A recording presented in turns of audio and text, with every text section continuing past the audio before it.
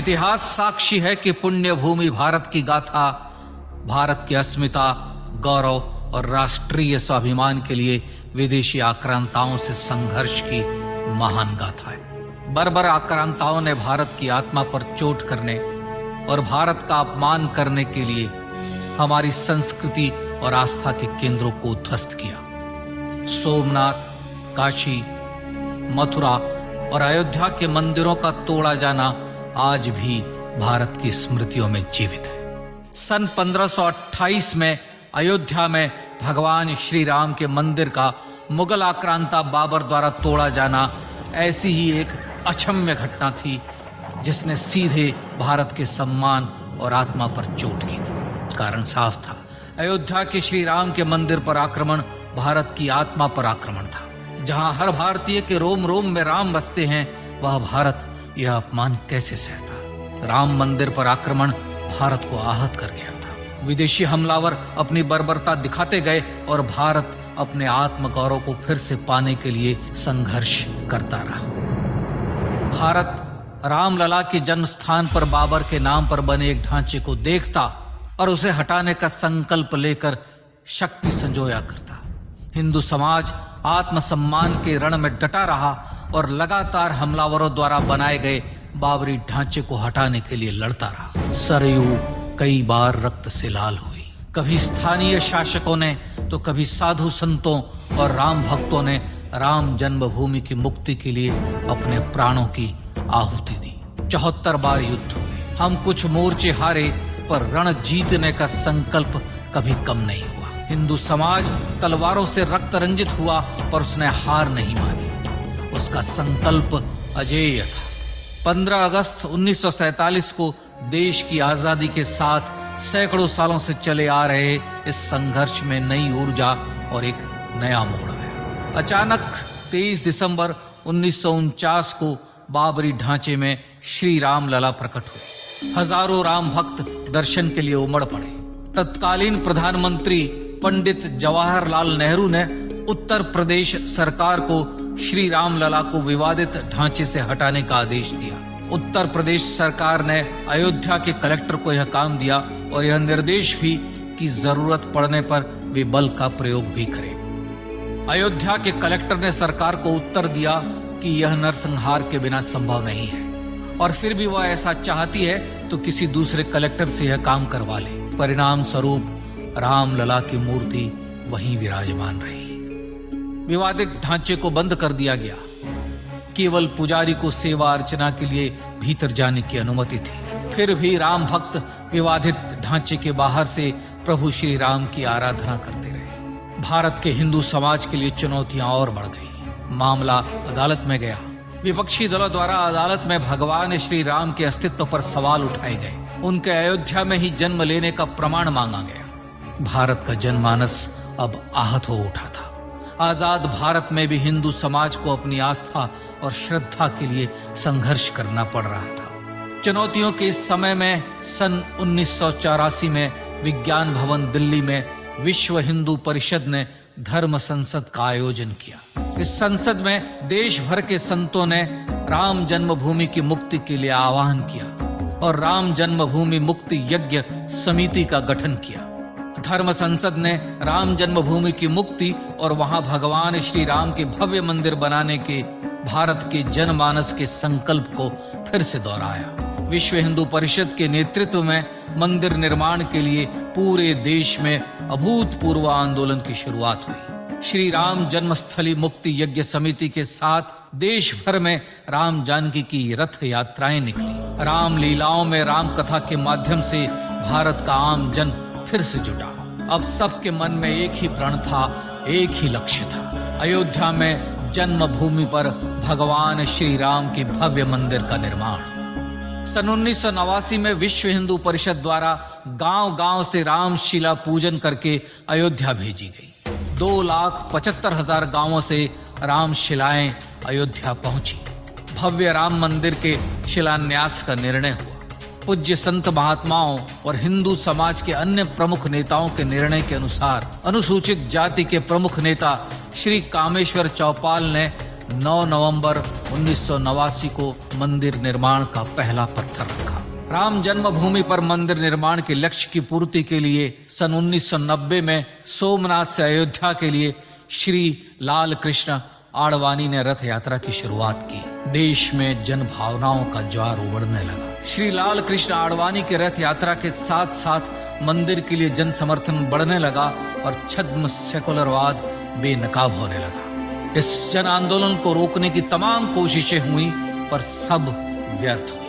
विश्व हिंदू परिषद ने देशवासियों से अयोध्या में जन्मभूमि पर मंदिर निर्माण के लिए 30 अक्टूबर और 1 नवंबर 1990 को कार सेवा का आह्वान किया। परिणाम स्वरूप लाखों राम भक्त कार सेवा के लिए देश के कोने कोने से अयोध्या आए। इससे देश की एकात्मता का विराट दर्शन हुआ।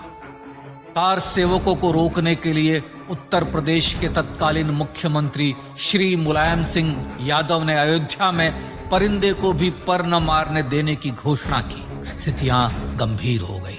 अयोध्या से 100 200 किलोमीटर दूर रेलगाड़ियां रोक दी गई। अयोध्या युद्ध भूमि बना दी गई। मार्ग बंद, रेल बंद, चप्पे चप्पे पर पुलिस। अयोध्या सैनिक छावनी में बदल गई। राम नाम पर ऐसी पाबंदी कि अर्थी ले जा रहे लोगों तक को रोका गया क्योंकि वे राम नाम सत्य कह रहे थे। लेकिन सैकड़ों किलोमीटर की यात्रा कर कार सेवक अयोध्या पहुंचने लगे। राम के गीत गाते, होठों पर हंसी और पांव में छाले लिए राम काज के लिए राम भक्त देश विदेश से अयोध्या पहुंच ही गए। कार सेवकों पर गोलियां चली। अनेक कार सेवक शहीद हुए। आजाद भारत में जन्मभूमि पर राम मंदिर के लिए कार सेवकों ने फिर एक बार अपना बलिदान दिया, पर कार सेवकों ने विवादित ढांचे पर भगवा फहरा ही दिया और इस तरह कार सेवा सफल हुई। श्री राम जन्मभूमि आंदोलन ने भारत की सुप्त आत्मा को झकझोर कर जगा दिया था। विश्व हिंदू परिषद ने फिर एक बार 6 दिसंबर 1992 को कार सेवा का आह्वान किया। राम भक्तों को कार सेवा करने देने के लिए अदालत में प्रार्थना की गई, पर अदालत ने कोई निर्णय नहीं दिया। परिणाम स्वरूप बौद्ध, जैन, सिख, स्वामीनारायण संप्रदाय, गायत्री परिवार, हर पंथ मत विचार के हिंदू एकत्र हो गए। छूत अछूत का भेद मिटा, जाति की पहचान मिटी। हम सब हिंदू, हम सब सिंधु बन गए। राम सिंधु में ज्वार उठा और देखते ही देखते 6 दिसंबर 1992 को श्री राम जन्मभूमि से बाबरी ढांचा सदा के लिए हट गया।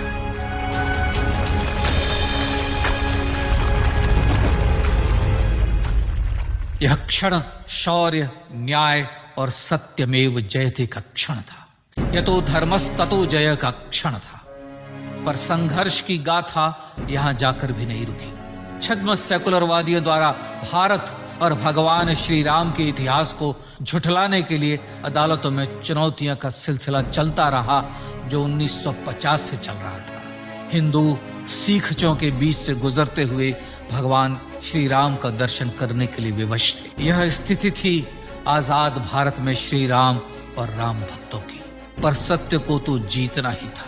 आखिरकार देश के सर्वोच्च न्यायालय के 5 जजों की खंडपीठ ने 9 नवंबर 2019 को ऐतिहासिक निर्णय दिया और यह कहा कि अयोध्या जन्मभूमि परिसर की पूरी 67 एकड़ भूमि रामलला की है। और न्यायालय ने भारत सरकार को जन्मभूमि पर मंदिर बनाने के लिए एक ट्रस्ट बनाने का आदेश दिया।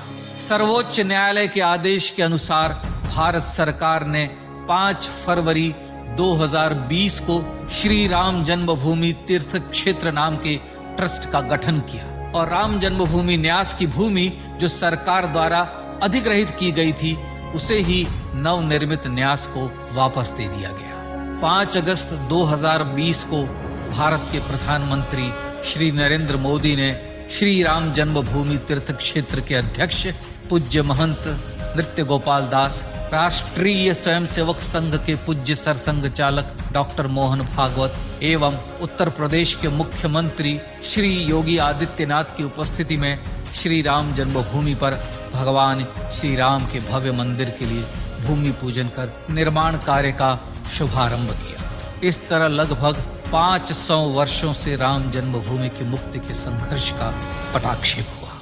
अपने आत्मसम्मान और राष्ट्रीय अस्मिता के लिए इतना लंबा संघर्ष विश्व के इतिहास में बेजोड़ है।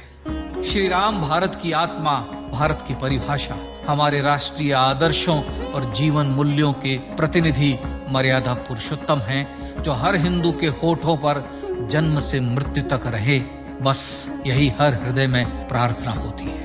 राम भारतीय राष्ट्रीय स्वाभिमान और आसेतु हिमालय से समुद्र पर्यंत तक जन जन को एकात्मता के बंधन में बांधने वाले रक्षा सूत्र है। अयोध्या स्थित श्री राम जन्मभूमि पर बाबर का हमला वास्तव में भारत के स्वाभिमान और राष्ट्रीयता पर हमला था। प्रधानमंत्री श्री नरेंद्र मोदी द्वारा श्री राम जन्मभूमि पर राम मंदिर का पुनः निर्माण न केवल बाबरी मानसिकता का पराभव है, बल्कि संपन्न, सुखी, सुसंस्कृत, सर्वशक्ति संपन्न स्वराष्ट्र का सूर्योदय भी है। यह उस राम राज्य की दिशा में वह कदम है जिसकी अभिलाषा राज राजेंद्र चोल, कृष्णदेव राय, छत्रपति शिवाजी महाराज से लेकर महात्मा गांधी तक ने की थी। अयोध्या में जन्मभूमि पर भगवान श्री राम का मंदिर न सिर्फ राष्ट्रीय गौरव होगा, बल्कि वह श्री राम के आदर्शों का राष्ट्र मंदिर होगा। अब वह महान संकल्प पूरा होने जा रहा है। आइए इस राम यज्ञ, राष्ट्र यज्ञ में जिन ज्ञात और अज्ञात भारतीयों ने अपनी आत्माहुति दी है, उनका पुण्य स्मरण कर उन्हें श्रद्धांजलि दें।